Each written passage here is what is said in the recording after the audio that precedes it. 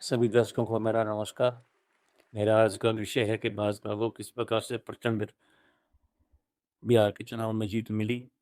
इसमें भाजपा को 243 वोटों में से 202 सीटें एनडीए को प्राप्त हुई, जिसका स्ट्राइक रेट 83.12% रहा।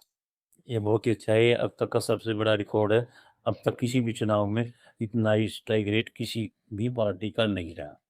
अब ये किस प्रकार से इसको इतनी भारी जीत मिली है, उसे करीब उसके कुछ मुख्य पॉइंट्स मैं आपको बताता हूँ। जैसे नंबर 1, वोट चोरी। दूसरा, 10,000 रुपये लौटना।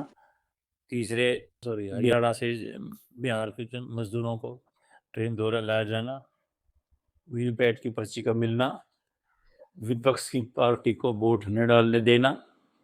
ईवीएम में गड़बड़ी। ईवीएम के जो है ना, बहुत सी जगह पोलिंग बूथ पर ईवीएम खराब पाई गई, इसको दोबारा बदलने में हो सकता है घोटाला हुआ हो। 5वां, वीवीपैट की पर्ची का मिलना और इसमें जो भाजपा शासित राज्य है वहाँ से अधिकारियों तथा पुलिस बल को मंगाया जाना।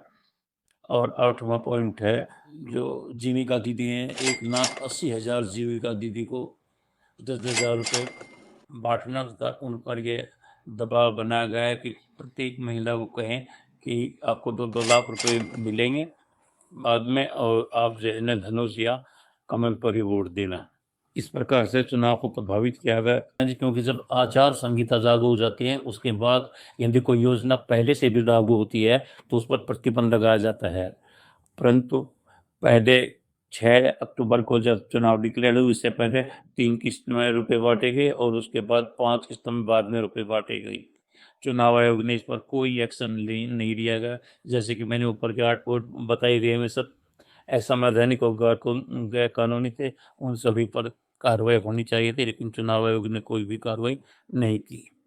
अब बात यह, जैसे कि बिहार में जब SSIR करवाई गई थी बिहार सरकार द्वारा, तो उस समय वोटरों की संख्या 8,15,00,000 थी, परंतु चुनाव आयोग ने अपनी फाइनल लिस्ट में 7,42,00,000 बताई।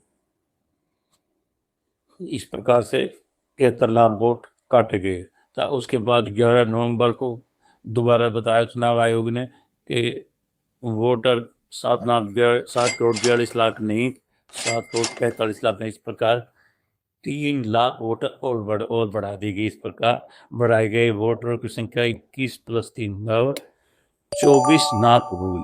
24,00,000 जो है मतलब बढ़ाई गई। इसमें जब राहुल गांधी ने 7 अगस्त 2025 और 8 सितंबर 2025 को वोट चोरी का जो खुलासा किया, राहुल गांधी को कहा कि आप एफिडेविट दें, जबकि एफिडेविट देने का हमारे संविधान में कोई प्रावधान नहीं है। तो इसके बाद जब चुनाव आयोग ने इस पर कोई भी अपना जवाब नहीं दिया, तो गठबंधन के नेता सुप्रीम कोर्ट गए और सुप्रीम कोर्ट में उन्होंने अपनी याचिका डाली SIR के खिलाफ। चुनाव आयोग भी टालता रहा, बार बार तारीखें देता रहा।